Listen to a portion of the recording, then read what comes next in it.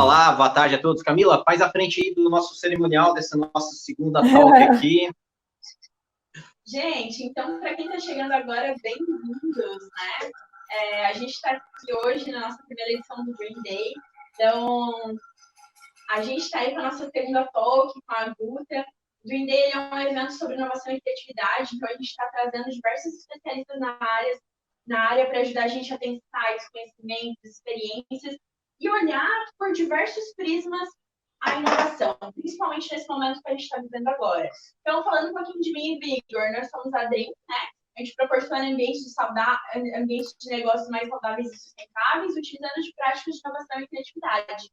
Justamente por isso, toda a pauta da Green Day é voltado nesse contexto, nessa dinâmica. Então, nossa convidada agora dessa pauta é a Guta. Guta, mais uma vez, muito obrigada por ter aceitado. Estamos juntos. A Guta vai estar falando com a gente sobre o redesenho das organizações frente a essas novas formas de trabalho. A gente vai estar de agora até as 17h15 aqui com ela. A gente pede também para que vocês interajam, deixem suas experiências, perguntem, fiquem super à vontade para se relacionar conosco durante essa talk e contar um pouquinho do que vocês vêm fazendo em relação a esse tema também. Guta, deixa aí esse espaço para a gente se apresentar, conte o que vem fazendo, as suas experiências. Fica à vontade. Uma alegria muito grande novamente estar aqui conversando com a Camila e com o Igor. Eu sou pesquisadora e professora na área de inovação, venho trabalhando com isso já há algum tempo. Tenho uma página na internet, que é mariaugusta.com.br, e também, enfim, uso as minhas redes sociais hoje para poder compartilhar conhecimento. Né? Em épocas de tanto ódio que surge, eu tenho procurado trazer uma visão daquilo que a gente mostra no coração e compartilha o bem. Né? Eu acho que é uma forma da gente mostrar que existe hoje um contingente muito forte de pessoas querendo que dê certo, né? Entendendo esse contexto que nós estamos vivendo. Eu estou aqui falando de São Paulo, onde está ocorrendo uma carreata insana pedindo abertura do comércio. Né? Então, eu sou obrigada a falar isso porque eu estou botando o microfone, botei fone de ouvido para poder facilitar esse olhar. Né? Eu tenho estudado muito, realmente aquilo que o Igor falava antes com a Camila, eu tenho estado extremamente cansada no sentido do esgotamento físico de tanto que eu tenho trabalhado, e eu já trabalho de forma remota há 10 anos, que eu optei em não ter escritório, muitos amigos me convidaram, vem aqui para o WeWork, vem para o nosso espaço de co-work, eu dizia, não, está ótimo aqui em casa, não vou mudar dessa minha condição, e tem gente que, eu sou de Florianópolis, moro em São Paulo, tem gente que diz assim, estás aqui em Florianópolis? Eu disse, de jeito nenhum, eu estou na minha casa, trabalhando, super mega organizada, aquilo que se falava de pauta, de organização, eu já tenho isso naturalmente, então não mudou. O que eu tenho sentido diferença nesse contexto é realmente de ir no sábado e no domingo, ou poder sair. Eu realmente sinto falta, por mais que meu trabalho é feito de uma forma remota, eu sempre interagia 3, 4 vezes por semana com pessoas, né? Então, eu sinto realmente muita falta disso. E eu escutava de uma amiga que teve que ir ao médico essa semana, ela mora em Porto Alegre, e ela dizia, achei tão estranho eu ter que botar um sapato e organizar minha bolsa de novo. Eu acho que eu vou sentir isso também, porque eu já sou uma consumidora de e-commerce há muito tempo, e agora eu estou muito mal acostumada, porque realmente eu não sei o que é ir para a rua. Assim, né? Até como o meu edifício é de pessoas muito idosas, é um prédio muito antigo aqui em Moema, os nossos servidores aqui têm sido geniais, eles botam tudo dentro do elevador. Eu disse, gente, eu vou ficar muito mal acostumada na hora que eu estiver aqui na portaria pegar alguma coisa.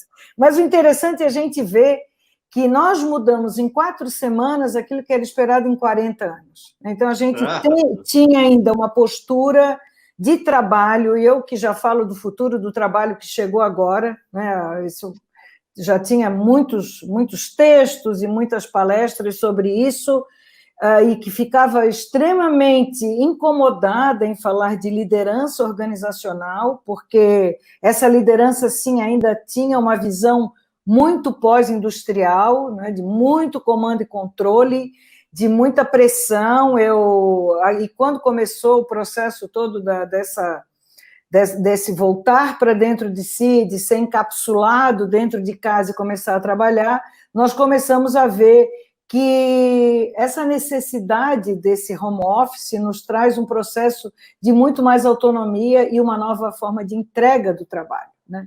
E com isso as organizações se viram muito incomodadas, né? Porque essa liderança que ainda estava num processo de comando e controle, né, de ter ascensão sobre as pessoas, de controlar o horário de chegada, de trazer uma pressão nas entregas, né, e vivíamos já uma situação no Brasil com um contingente de 25% em licença por qualquer problema de saúde, né? O Igor sabe, a gente trabalha aqui com toda a visão do design thinking, com formação de novos grupos para estruturar novos modelos de negócio, e nas minhas turmas dentro da ESPM, e que não são poucas nos últimos anos, o tema burnout e desgaste emocional ou saúde ocupacional sempre tinha um grupo que trabalhava aquilo ali como um grande problema a ser solucionado, né? Então, se via que isso era uma premência, né? Suicídios dentro das organizações e não se liberar as pessoas por um... Agora nós estamos vendo o que é não poder fazer um ritual dentro da nossa conjuntura, do padrão brasileiro, do nosso jeito de ser, de reverendar, né? Então, até isso aconteceu, assim, de pessoas que perderam um colega no final de semana e no dia seguinte, na segunda-feira, aquela liderança que eu chamo de chefia, comentar, olha, a vida que segue, toca o barco, porque nós temos um relatório para entregar. Então, estava se trazendo um processo de muito descaso com o ser humano, né? Então, se achando que o capital por si só se segurava, mas nós estamos vendo que essa conjuntura capitalista se faz com pessoas. E nós que trabalhamos... né? Que é meio, e a gente, né, Igor e Camila, que a gente vem trabalhando na visão do design, que traz a pessoa para o centro de todo o processo, já vinha falando isso há algum tempo, e as pessoas dizendo que não, toca a vida, toca o barco, e agora a gente está dizendo não, nós precisamos dessas pessoas para poder gerar esse processo. E aí surgiu um movimento muito bacana com o Caco Siglioghi, que é um ator da TV Globo, que criou paralelo, ele começou a analisar logo no início da pandemia, saiu a lista da Forbes Brasil. E alguns daqueles milionários que apresentavam ali uma comunicação e que negaram apoio, eu não vou dar nome porque eu não dou esse gosto, negaram apoio a seus colaboradores e ameaçaram demitir, com isso ele começou a criar a lista Fortes Brasil, né?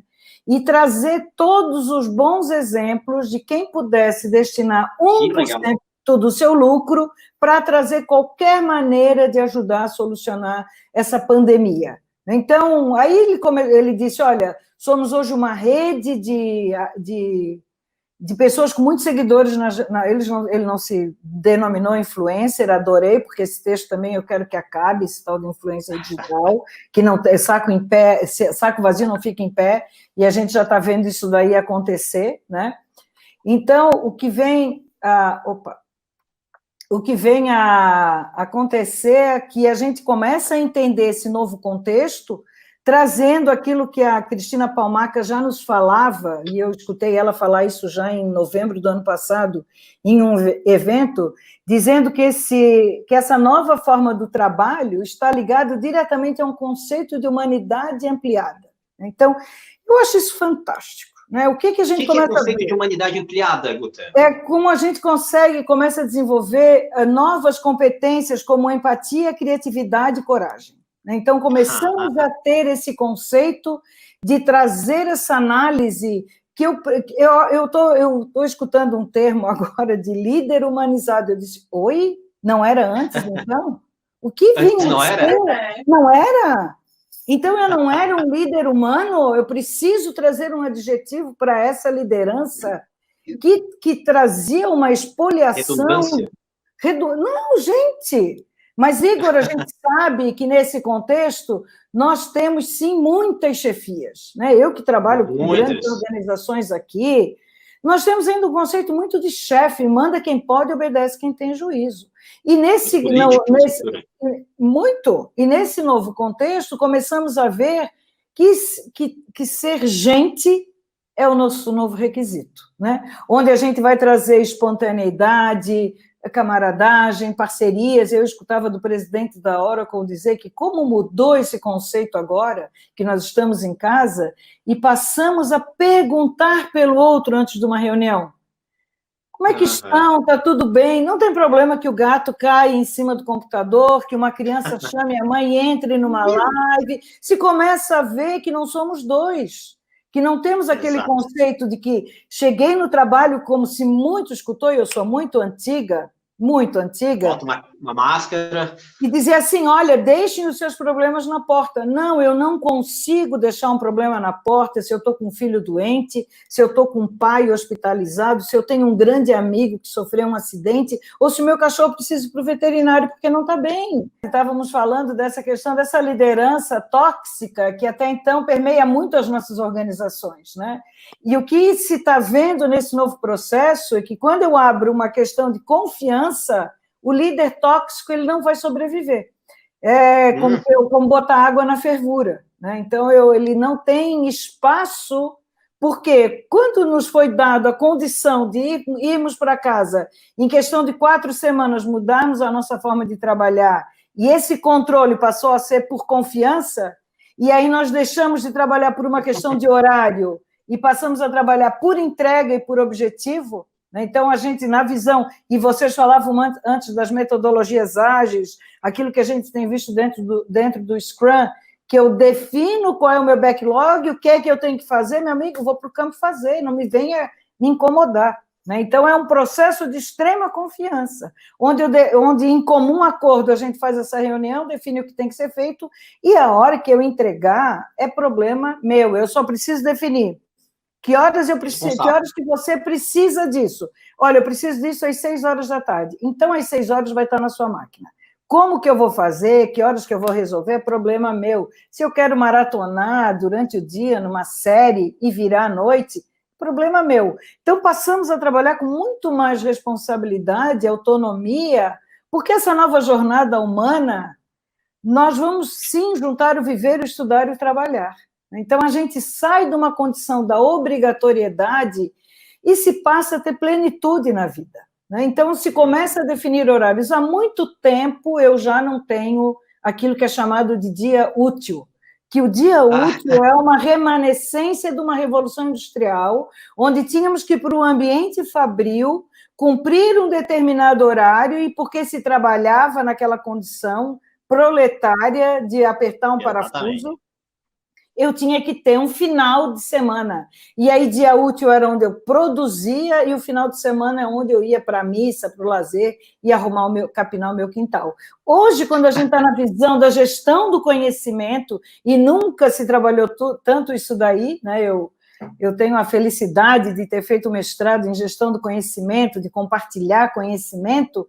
Quando a gente tem essa questão do conhecimento, dessa habilidade tácita, eu não posso deixar e dizer que no final de semana eu não terei um bom insight, ou eu não posso pegar até uma série na televisão que vai me inspirar, e eu faço muito isso. Eu adoro uma série que chama Chef's Table, que para mim é um exercício da criatividade e inovação, e eu estou com um caderno do lado. Às vezes eu paro para pegar a frase que aquele chefe está falando, porque aquilo pode ilustrar uma aula que eu vá dar, ou, enfim, uma palestra que eu vá compartilhar. Então, tudo é crescimento, tudo é inspiração, tudo é motivação, né? E a gente começa a ver que agora essa liderança tóxica, e eu acho que esse é um dos principais papéis, Igor, porque eu não vou citar nome aqui, mas quando eu comecei... A gente sabe. A nossa audiência sabe. No dia 16, deixa eu ver espertinho aqui. No dia 16 de maio, quando a SPM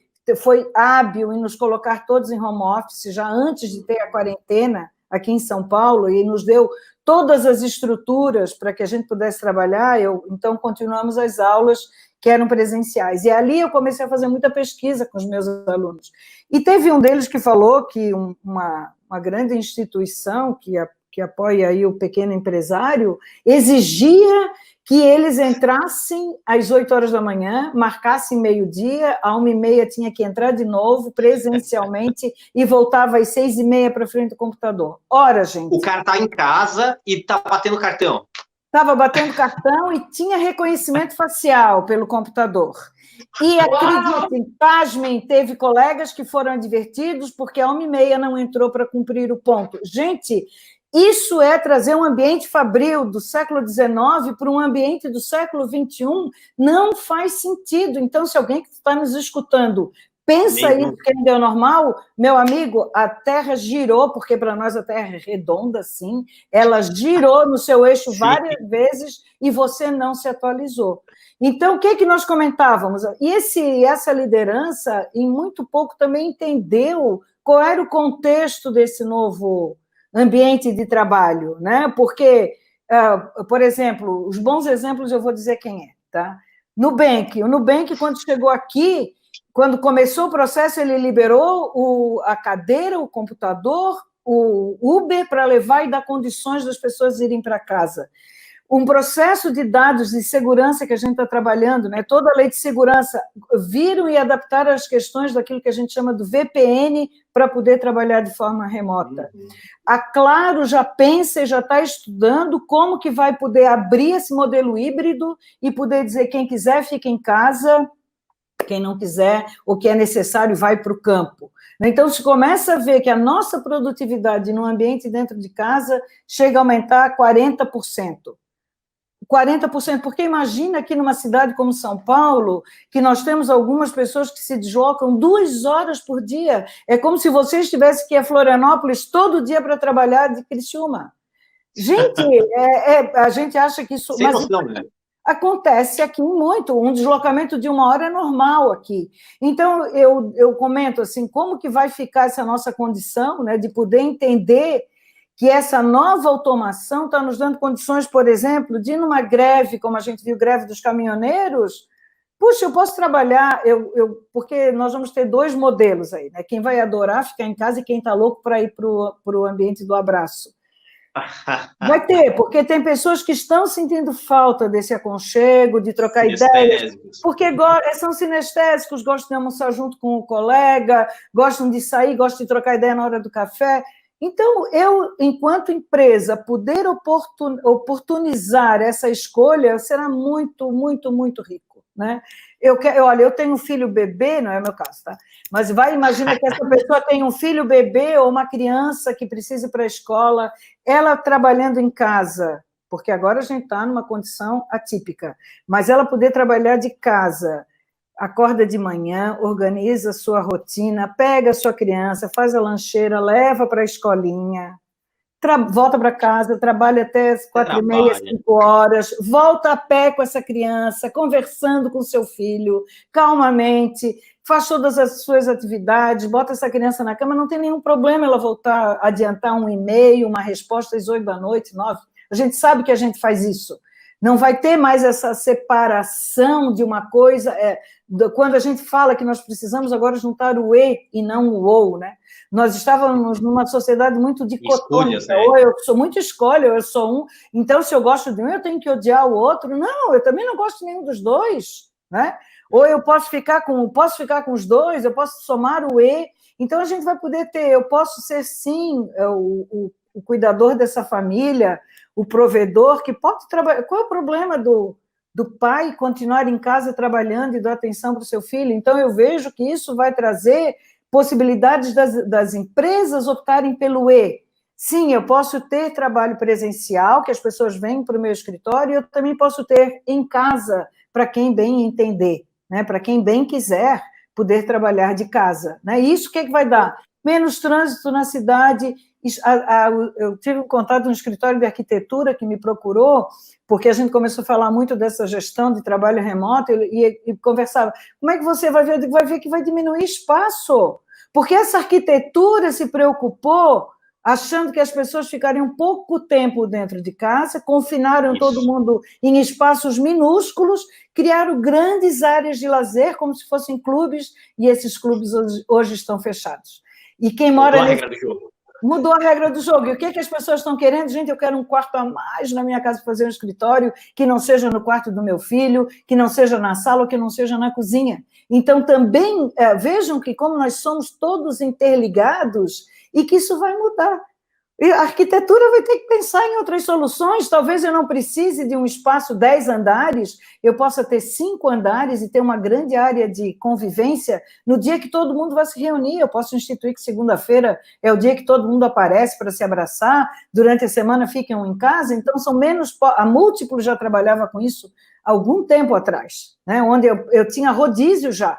As pessoas vão num dia, não vão no outro. Qual é o problema? Igor, nunca tivemos tão conectados. Esse processo... Nunca. Eu nunca conversei tanto, eu passei a marcar a hora com os meus amigos, né? Todo mundo sabe que eu sou de Florianópolis, moro aqui em São Paulo, e que a gente não conversava, e que passamos a fazer reuniões de famílias, aí o Zoom nos proporcionando tecnologia, nos trazendo essa possibilidade, né? De poder nos encontrarmos e trazer isso. E isso que nós somos hoje reflete no ambiente das organizações. Teve uma pessoa que me convidou para uma live para falar de saúde organizacional, e eu comentava, a saúde organizacional é diretamente proporcional à saúde dos colaboradores. Nós não conseguimos desassociar o que é a saúde, se podemos trazer esse conceito de saúde para dentro de uma organização, sem pensarmos na saúde desse coletivo. E é nesse sentido aí que nós vamos ter muitas mudanças, porque eu tenho falado muito com quem eu tenho conversado, comecem a checar o que essa empresa falava de missão e propósito com quem ela vem fazendo agora.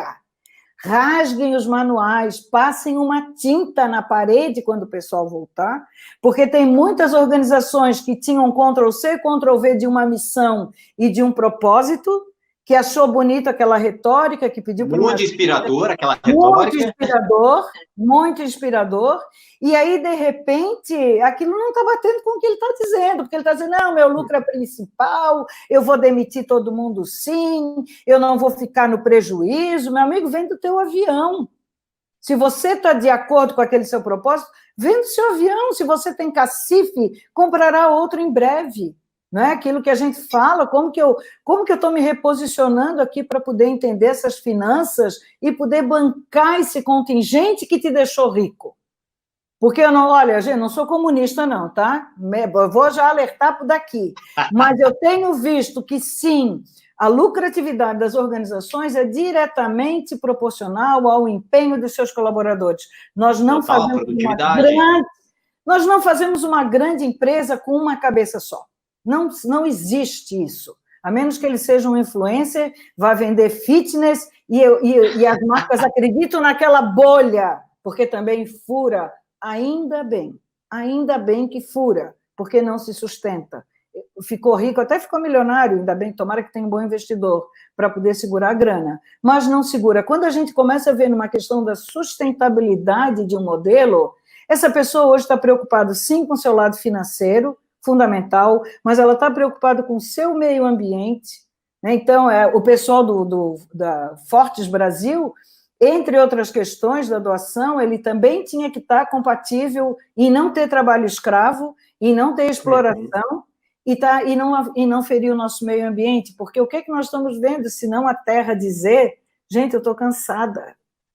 Esgotou? Deu? O que nós estamos vivendo, assim, gente, deu para bola, eu tenho que dormir.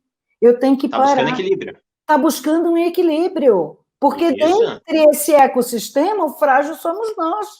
Ela se mantém e se manterá. Isso está cheio de estudos que falam isso. E nós queremos essa supremacia, achando que somos os donos dessa bola aqui. Não, nós não fazemos falta. Acreditem.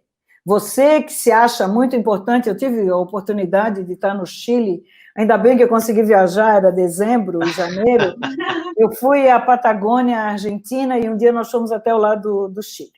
E aí chegamos agora lá...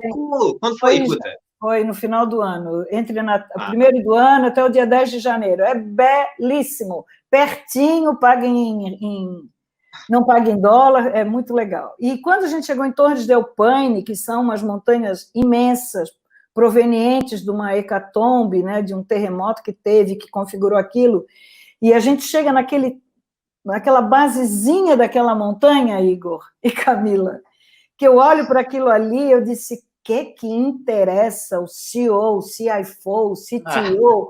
Vai se catar, você não é nada, essa Terra está muito mais tempo aqui, 12 bilhões de anos se constitui aquilo. Eu me senti assim numa finitude, num processo de humildade tão grande, de compreensão que eu preciso estar em harmonia nesse contexto. Aí voltamos, eu fui com a minha filha, quando se volta, se entra nesse novo processo de reclusão, de reanálise, e fico muito feliz em entender que essa conversa que se começa a emergir, nós já estamos falando desde os nossos tempos idos, quando começamos a falar do design thinking, depois vem a Clarissa aqui para continuar nessa visão de novos modelos de negócio, de entender qual é o valor para o cliente, de que maneira eu resolvo um problema complexo. Então, para mim... Pessoal... E vira um problema da sociedade, né? Tá, né? Agora, tipo, sai dessa lente do lucro, né, cara? Quanto mais eu ajudar o meu cliente, mais eu vou ter produtividade, mais eu entrar em valor. Mas não, cara, esse negócio sistêmico, tá? Porque vem nessa provocação. Assim que deu o break da pandemia, quanta cagada não teve, tá? O fulano, o Beltrano, esse que fizeram aquelas ações horríveis ali, tá? Foi uma reação, tá? Muito, cara, reptiliana ali, né? Dinheiro, show me the money, tá? E não era o momento. Não era o momento. E o que se começa a ver nesse contexto? Assim, aquilo que a gente já falava do futuro do trabalho, que já não é mais o futuro, é agora, né? Onde estão surgindo aí novas ocupações, muito mais adequadas às necessidades, com essa demanda de um mundo super tecnológico. Então, a gente está vendo todo um incentivo. A minha mãe, com 91 anos, participando de reunião no Zoom, conversando com os netos, é lindíssimo. Tá certo que a minha sobrinha está do lado dando uma orientação, mas ela disse, gente, eu vivi para ver isso aqui, um neto na Suécia, outro no Rio de Janeiro, eu em São Paulo, a turma toda de Floripa, um em cada bairro. Então, quer dizer, quantas conexões que até então nós tínhamos receio de enfrentar e que tivemos que fazer. Por quê? Porque era o momento da gente começar a experimentar e verificar que, sim, essa tecnologia pode nos unir e pode nos dar novas possibilidades. Quer dizer, começamos a mudar a nossa forma de repassar conhecimento, né? Eu mesmo transformei e tenho estudado muito como que eu posso passar esse conhecimento por via remota, até então estudando novas ferramentas aí para poder ter o processo iterativo, que é inerente àquilo que a gente faz, que sempre foi a nossa grande dificuldade, mas já temos aí algumas ferramentas aí como o Miro, como o próprio Mural, nos trazendo essas possibilidades. Meu Deus, que sonho! Eu estou agora estudando Mural e fazendo aula. Quem não viu ainda, gente, e que trabalha com design, pesquisa o que é esse Mural, onde a gente traz a possibilidade de trabalhar com post-it, grupos trabalhando simultaneamente. Então, o próprio Zoom que explodiu, e eu continuo acreditando nele, dizendo que é a melhor ferramenta que nós temos para esse processo de interação e de reunião, onde coloca todo mundo na tela, está aí Google correndo atrás, Microsoft correndo atrás, então vai ter coisa até muito melhor, porque é exatamente essa questão de como que eu resolvo um problema, e isso trouxe muito bem resolvido, onde os outros vão se espelhando, aparelhando e trazendo mais soluções para todos nós, né? Então, realmente é um processo que eu procuro observar e analisar que, sim, temos uma mudança de era. Eu já estou buscando aí na literatura, e aí o nosso amigo Maurício Manhãs tem me ajudado a trazer o que já está sendo comentado lá nos Estados Unidos. Eu posso mandar depois os artigos para vocês, onde está se falando pós-normal, tem artigo já de 2015 falando desse pós-normal, porque tem muita gente dizendo que é o novo normal. Não, eu não vou querer um novo daquilo que estava ruim. Eu tenho que trazer uma coisa nova com esse novo olhar. Então, compete a nós que estamos dentro das organizações trazermos exatamente essa visão, mostrando que, sim, eu não preciso dar uma qualificação a uma liderança, dizendo que ela é humanizada, porque o líder é inerente que seja agente humano. Eu não quero um não era líder, né, Guta? Não era um líder. Não era um líder, né? Tá? Era um algoritmo lá que vai cobrando desempenho. Tá? Tirasse aquele cara e botasse um robozinho ali, estava resolvendo igual. Talvez até melhor, porque não ia me incomodar, né? Porque daí, se eu desplugasse o sujeito, ele não ia me incomodar, né? Porque o computador, o WhatsApp, quando está incomodando muito, o que é que a gente vai lá? Desliga. Não quer não é? A gente tem aqui o Thiago até complementando o que a Guta trouxe, de muitas coisas que já vinham sendo faladas há muito tempo, mas que agora a galera está sendo obrigada a vivenciar. Ó. Ele disse que ele também é egresso do ECG. Grande EGC. EGC. EGC, Engenharia e Gestão do Conhecimento. Isso. Da UFSC. Estamos vivendo um tempo que retrata muitas pesquisas que já foram feitas na época do programa. É isso, eu me lembro que quando eu descobri a palavra do sharing, né, que é o compartilhar conhecimento, e que eu levei muito tempo para identificar qual era a minha proposta, meu propósito na vida, e eu falava isso aí para os participantes do meu curso, um dia eu me parei e perguntei, mas qual é o meu propósito, né? E, gente, quem quer definir o seu propósito leva tempo. Quem está perto da praia vai caminhar numa água gelada, quem está perto do campo vai caminhar em cima da grama descalço, e comecem a meditar sobre isso, porque isso realmente muda a vida. Muda a vida da gente, muda a forma de encarar o teu trabalho, a tua entrega. E quando eu identifiquei, não, meu propósito é compartilhar conhecimento, eu nunca me vi professora na vida, eu nunca me vi dando aula, eu nunca me vi dando palestra, e de repente essa coisa emerge quase como um pedido, e eu vi assim, não, eu tenho conteúdo que eu posso ajudar pessoas a trilharem um caminho mais rápido, a pegar um atalho, ou conseguir entender alguma coisa, e aí foi quando eu comecei a desenvolver todo o conceito desse blog que eu tenho, e daquilo que eu começo a passar, e isso também acelerou nesses últimos 40 dias, porque como é muito mais fácil, e a gente começou a trabalhar numa visão de realmente trabalhar pro bono, eu vou passar meu conhecimento porque alguém vai ver e vai me remunerar lá para frente, acreditem. A rede é muito grande, eu nunca fiz tanta live, tanto webinar, mas, por outro lado, sim, teve muitas empresas que me remuneraram para fazer isso. Sim. Por quê? Porque elas me viram falando de algum outro jeito, pessoas que até então não conheciam a minha fala, a minha forma de colocar, ou de ver, ou de agir. Então, isso, acreditem, quando a gente está nessa visão da complexidade, desse mundo que se conecta, e que você generosamente oferece aquilo porque é o seu propósito, o universo há de prover. Eu acredito demais nisso, e isso tem pautado muito a minha vida, de dizer, olha, eu entrego para quem precisa, e quem precisa vai me chamar. Então, isso tem realmente trazido uma análise muito rica, muito bonita, e que quem está nos ouvindo, eu jogo o desafio. Em tudo que você faz, né, onde tem esse amor que você coloca, eu comentava isso numa live que eu fiz para uma escola, a Escola Técnica aqui em São Paulo, que tem mais de 230 unidades no estado, e eu tenho recebido feedbacks lindos, né, eu comentava, onde é que você se pega cantando sem mais nem porquê?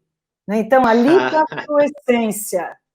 Então, é por isso que quando a gente está fazendo aquilo que gosta, não tem sábado, não tem domingo, e pasmem, eu me acordo todo dia sem despertador e muito cedo, na vontade de que é que eu vou fazer hoje, né? Então, por quê? Porque eu estou no flow. Tá no flow. A gente aqui é super feliz.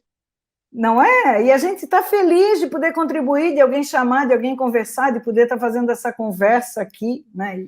Então, e isso dá para amarrar, tá? Justamente com o redesenho desses negócios ali, tá? Conecta lá com o propósito, tá? Talvez o porquê dele existir, o propósito dele existir, tenha parado lá em fevereiro, tá? E justamente nesse momento novo que ele tem, esse mundo está em transformação, está se redesenhando. Esse pós-normal, cara, talvez aquele propósito dele naquele mundo normal não faça mais sentido agora, e ele tem que se provocar, se repensar, se redesenhar, que nem tu trouxe anteriormente, passar a tinta na parede, tirar aquela coisa inspiradora e entender intrinsecamente, cara, por que eu existo, para quem que eu existo e o que eu vou fazer, que tipo de redesenho eu preciso construir aqui dentro. Senão, vai fechar a porta.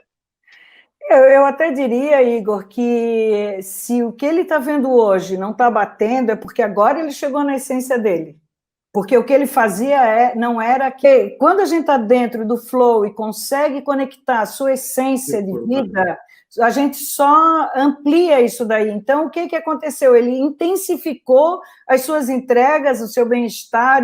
Eu escuto coisas assim, eu digo, isso não é para mim. Meu Deus, mandando ver o que vai fazer, que está entediado. Eu disse, como assim? Ai, que mundo é esse? Que mundo é esse? Não é o meu. Eu estou entediado, eu não sei o que fazer. Porque quando você está entediado, você não está no flow. Então, sim, é o momento de parar. Quem não pode sair de casa, eu recomendo fique em casa, porque a situação não é... Inteligentes ficam dentro de casa. Essa é a ciência. E nunca nós vimos tanta importância para a ciência como nesse momento. Né? O que é ciência? Validação por pares. Então, eu não tenho opinião de um. Eu vou atrás da informação e quem é que está validando aquilo ali? Quem valida é confiável? Senão, gente, refuta. É assim que a ciência fala. Isso está muito bacana, né? Então, você não vai acreditar numa notícia que diz que pessoas em Manaus, dentro de um caos sem precedente, estão enterrando caixões vazios, porque isso não faz sentido, você vai validar essa informação, né? Então, nós temos que, sim, buscar a ciência e trazer refutar aquilo que não é verdadeiro, que não é real. Então, se você está entediado, não está passando bem, aproveite. Eu sempre digo, vá tomar um banho bem gelado, grite tudo que tiver que gritar, vá falar com o seu coração. Nós já sabemos que nós temos neurônios no coração e no intestino, né? Isso aí, aquele livro do Lelu, que fala de reinventando as organizações, ele já começa com o Ken Wilber falando isso daí. Vale a pena a gente estudar isso daí, por isso que a gente hoje sente dor no coração ou sente frio na barriga. A ciência que está dizendo isso, né? Então, quando você está dentro desse flow, dessa sua descoberta, você vai dar feedback a essa sua liderança, vai mostrar aquilo que não está bom e vai conseguir trazer novas experiências, né? Novos formatos, para que a gente possa trazer aí uns ciclos de aprendizagem muito mais rápidos, que era o que o Igor e a Camila falavam anteriormente, né? Porque a gente vai ter capacidade de aprender sempre e se autocorrigir, né? Porque eu sempre comento que a vida é beta, nós estamos em constante, é como se a gente estivesse dentro de um Waze, né? Constantemente reformulando a rota, recalculando a rota, e não há erro nisso. Isso é que é exatamente a ciência de bem viver. Eu reconhecer que aquilo ali não está bom, e entender como que esse contexto organizacional que eu me coloco, se eu hoje sou a liderança ou se eu sou um liderado, e trazer esse feedback tanto para cima quanto para baixo, né? Então, eu nunca tive medo, eu sempre fui assim. Sensacional. Né? Mas a gente tem que trazer e criar essa coragem de dar feedback 360, como a gente chama. Se eu recebo... E aqui no nosso ambiente civil, vamos dizer assim, tá? É muito mais rápido, a gente consegue adotar e se adequar, isso aí muito fácil, né? A pergunta da Adria aqui, a Adria de Floripa, lá dos Correios, tá? Tá. Como vocês veem as instituições públicas neste novo contexto de trabalho remoto? E os serviços públicos no Brasil que eram essencialmente presenciais? Olha, eu vejo assim que nós vamos repensar as organizações, estamos repensando, nós já vínhamos falando do conceito de organização ambidestra, né, que de um lado ela tem que ser esse analítico, esse presencial e jurídico naquilo que tem que ser, né, que cuida dos números e do resultado, das metas, da sua segurança, que é a eficiência em si, mas, de um outro lado, ela tem que buscar essa criatividade e inovação, e nós vamos entender que hoje, quando a gente começa a ver o que são os serviços de saque, né, serviço de atendimento ao consumidor, ou que é o nosso cartão de crédito, que tem atendimento 24 horas, ou que venha a ser qualquer serviço de e-commerce, o trabalho deles não é presencial, ele não precisa ter um espaço, ele pode, desde que tenha condições de uma boa... Eu venho comentando, nós vamos começar a prover daqui a pouco vale internet e não mais vale transporte, tá? Escutem o que eu estou falando. Então, o serviço público também vai poder passar por atendimento de casa. Por que eu tenho que, a menos que eu tenha que atender uma pessoa... Olha, se nós estamos vendo esse problema da Caixa Econômica, e nós temos hoje condições da tecnologia, Se nós buscássemos parcerias com a iniciativa privada, eu vou dar um nome aqui, sim, que é a minizinha da UOL, né, que tem todas as máquinas de cartão de crédito, provessem o contato de quem as alugou, e a gente hoje tem bilhões de maquininhas circulando na mão da manicure, na mão do vendedor de pipoca, na mão do cortador de grama. Como que nós poderíamos buscar essa sinergia de interesse entre esse CPF que alugou a maquininha e que é o motorista do Uber, é o motorista do 99, com o setor da Caixa Econômica, e cruzássemos isso, e ali a gente tem melhor do que a Caixa Econômica ou a Receita Federal tem, de quanto que ele faturou nos últimos meses, nós teríamos, por uma questão de análise de dados, uma resolução rápida, juntando a iniciativa privada com a iniciativa pública, com o serviço público. Então, o que nos falta hoje no Brasil é juntar força, é juntar a visão daquilo que a gente chama de uma sociedade data-driven. Eu preciso de dados para poder monitorar isso daí. E quando eu estou movendo por dados, com boas bases de dados e com toda a segurança que o Brasil postergou para 2022, não deveria, mas que nós precisamos da nossa proteção de dados bem clara contra essas fake news e trazer segurança para quem opera. Se o governo tivesse percebido isso e feito uma união com todos esses provedores de máquina de cartão de crédito, nós teríamos resolvido problemas aí da minha manicure, que não consegue acessar, ou dessa fila que está na Caixa Econômica. Então, o que nós precisamos hoje não é um serviço presencial, mas é prover internet em larga escala, entender que nós somos movidos por dados hoje e que essas pessoas têm que ter acesso à internet como têm acesso à água. Mas nem todo mundo tem acesso à água também. Nem todo mundo tem acesso a um saneamento básico. Então, nós carecemos de serviços básicos. E o que vai acontecer, Igor, é que por que nós não conseguimos aí trazer o ensino para as casas? Porque também a maioria não tem essa internet, não tem como pagar.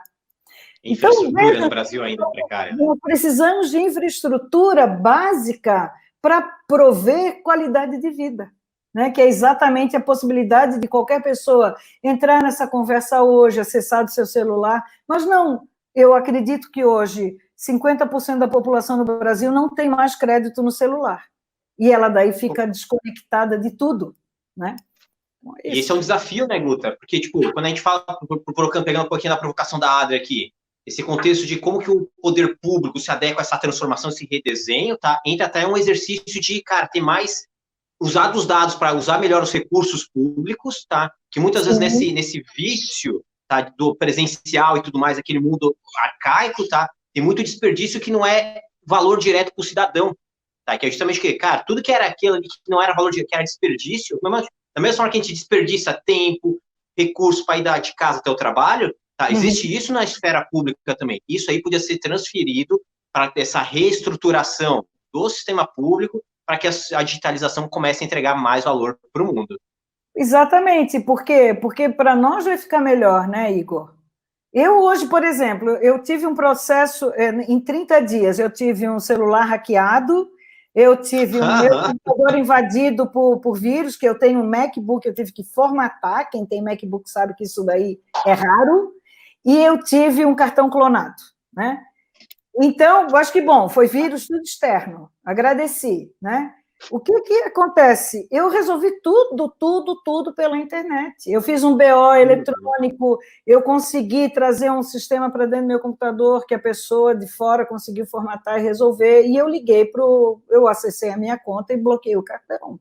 Imagina que eu tivesse que ir, e depois, claro, aí o meu gerente ficou pirado, porque mudei o número de telefone, formatei o computador e eu tinha que validar a minha conta para poder continuar transando, porque eu sou... Uma nova luta. Né?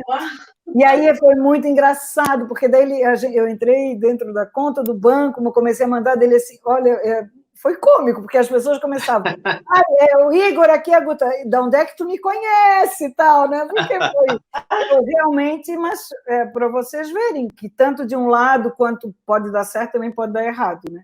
E o que a gente precisa é exatamente entender que, por isso, a gente precisa, sim, de segurança de dados, de informação e saber que o novo petróleo já vem Negroponte já fala isso daí desde 2000, né, que o novo petróleo são os dados. Nós somos uma sociedade data-driven e a gente não está trabalhando para isso daí. Então, a gente hoje, o que está acontecendo?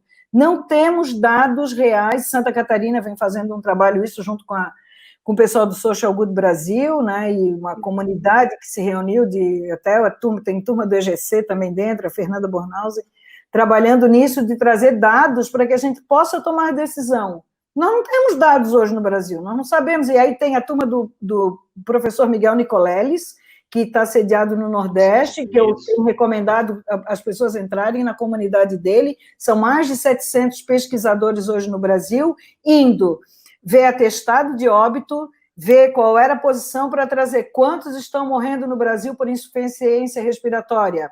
Puxa, em Belo Horizonte morreram 100 em março do ano passado. Quantos que morreram? 600, 700 esse ano. Então, nós vamos ter que começar a comer esse mingau pela borda, né, para conseguir chegar no núcleo e ter uma grande colaboração das pessoas passando informação, né, porque é nisso que a gente vai se basear e vai poder crescer e vai poder segmentar e sair do acho. Né? Eu acho, é a minha... Não, gente, baseado em que você está falando? Né?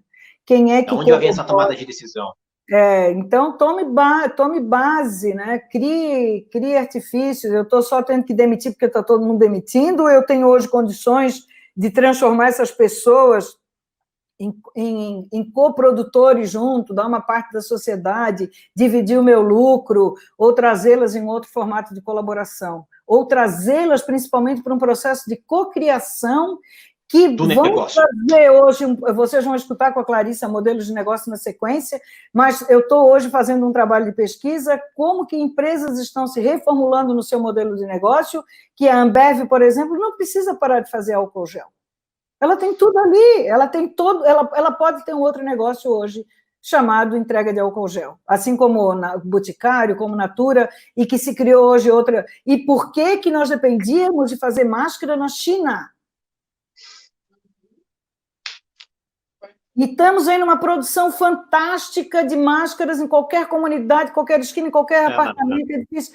Vocês percebem? Então, a gente vai trazer essência para aquilo que é relevante, e eu estimulo quem está nos ouvindo que comecem a pensar que o que eu tenho hoje como recurso-chave, que é dentro do meu Canvas, qual é o seu cliente que você conhece. Então, hoje, nesse nosso Canvas, é olhar quais são os recursos que eu tenho, e aí vale como pessoa, e o que eu posso inventar frente ao novo problema que apareceu. Talvez esse outro negócio seja mais promissor do que aquele que você vinha fazendo. Então, é isso que eu penso, assim, gente, é hora de olhar para dentro, descobrir o que você pode entregar e se reformular. A gente não tem problema nenhum mudar, viu? Chuta o pau da barraca, bota o pé na jaca e muda, vai ser feliz, né? Esse que é Desapega. Mas eu sempre fiz assim. E daí? Não dá mais para fazer assim, né? Temos que mudar. O sempre acabou, né? O sempre ficou lá de fevereiro para trás, tá? É outra realidade. Beta começou aí mais intenso agora, tá? Guta, aproveitando nossos minutos finais ali, tá? Dicas, tá? Se você separar aqui em pequenas dicas, assim, para essa galera que está nos ouvindo aqui, se redesenhar, tá? E redesenhar os negócios, o ambiente onde eles estão trabalhando hoje, tá? Como que eles podem dar os primeiros passos? Tem alguns que a maioria já deve ter dado os seus primeiros, tá? Mas ouvindo a Guta agora, o que tu diria para eles? Olha, primeiro ponto, eu tenho dito assim, que abram as gavetas e tirem projetos antigos que você não tinha tempo para fazer. Ali tem muita coisa boa. Eu tirei muito projeto. Eu nunca trabalhei tanto, gente. Eu estou tocando o projeto de 3 livros, que já estão indo para o prelo. Eu ativei meu canal no YouTube, que há anos, há 20, 30 anos eu não conseguia fazer, ativei meu canal, comecei a trabalhar com meus podcasts, então vocês vão ver isso daí, comecei a ativar meu Instagram, assumi que eu sou Maria Augusta Orofino, então meu Insta está lá, vou começar agora a pensar como que eu posso fazer. Então, vejam aquilo que estava represado, e dê um tempo para esse novo, porque você já está cheio de projeto na gaveta. pega caderno que você anotou e folheie aquilo ali e extrai aquilo e veja se faz sentido e coloque em prática. Segunda dica, valorize o que você tem. Não sabe o que fazer? Pega um bloco de post-it, não tem post-it? Pega uma folha, corta em 4, usa fita crepe, não tem desculpa aqui. Pega qualquer folha que encontrar, deve ter folha guardada na sua casa, e comece a anotar o que você tem de talento, o que você tem de expertise que poderia ajudar. Vou dar um exemplo muito simples de uma pessoa que trabalhou comigo muitos anos, chamada Odete. Ela cuidava da minha filha quando eu trabalhava, ainda nos tempos da Eletrosul, muito tempo atrás. E a Odete hoje cuida de uma senhora de 92 anos, e como todas as famílias que têm condições, deixou a mãe com um parente para não ficar indo e vindo, né? E aí um dia eu recebi um WhatsApp da Odete dizendo, ela me chama de Maria Augusta, eu acho massa.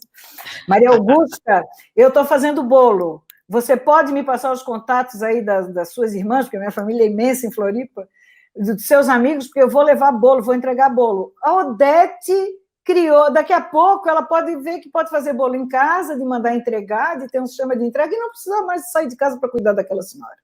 Ela vai se reinventar muito mais feliz, e ela realmente é uma exímia cozinheira, e que pode nos ajudar em muito. Então, ela pegou aquilo que ela sabia fazer, e eu realmente passei por um bando de gente, quem está ouvindo que quiser os bolos da Odete, eu passo contato da Odete.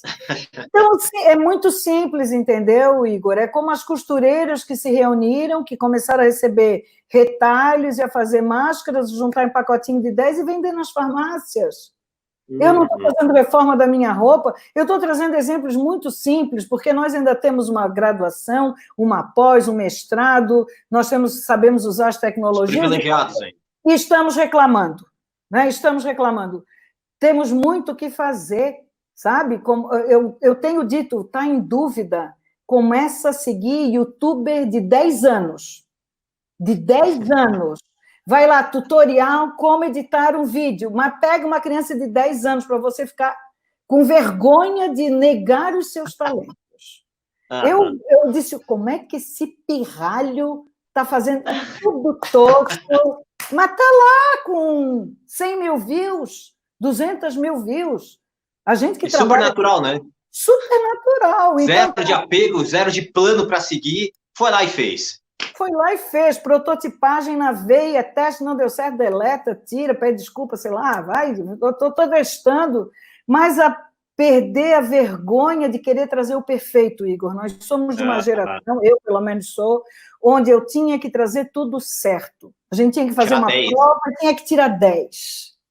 Não podia, não tinha... Eu me lembro que uma vez, na ESAG, eu fiz uma prova sobre como que se montava... Eu trabalhava já na área de treinamento e tinha que montar um programa, imagina, uma ementa de um curso. Eu tinha feito à tarde uma programação de um curso, eu nunca me esqueço disso, sobre primeiros socorros em usina, eu trabalhava na Eletrosul.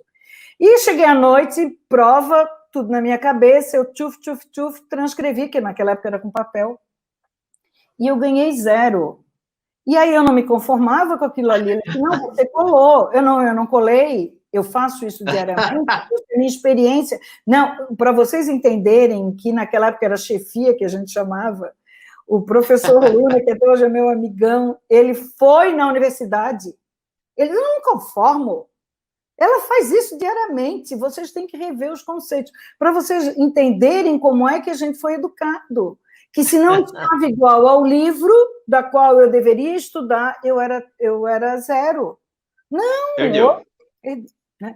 Então, hoje a gente tem muita chance, nós estamos nessa visão da vida é beta, de prototipar o modelo Waze, reconfigurando a rota, até você entender qual é o seu propósito, qual é o seu sentido da vida, e aí ver onde é que você se pega cantando, sem mais nem porquê, e vá ser feliz. Porque a gente veio aqui para ser feliz. Se nós não estamos felizes, alguma coisa está errada.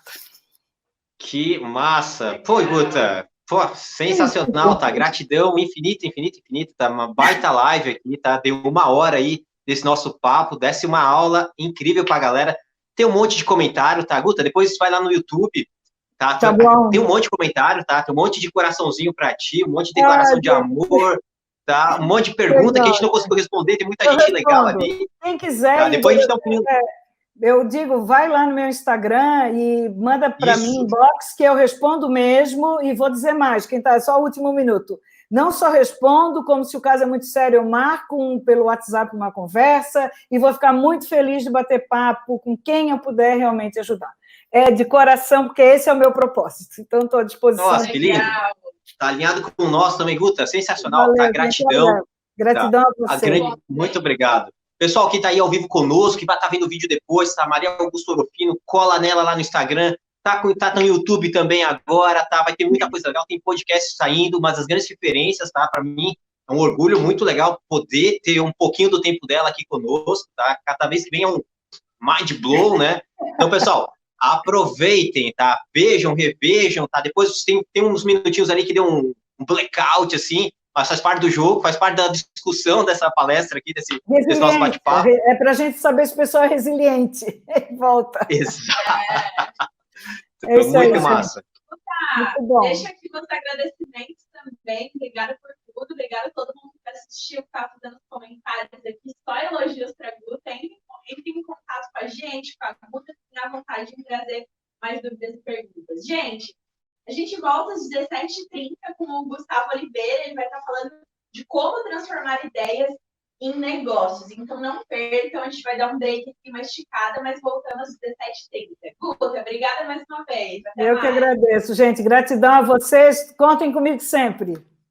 Tamo junto, mestra. Tchau, tchau. Beijo, queridos. Tchau.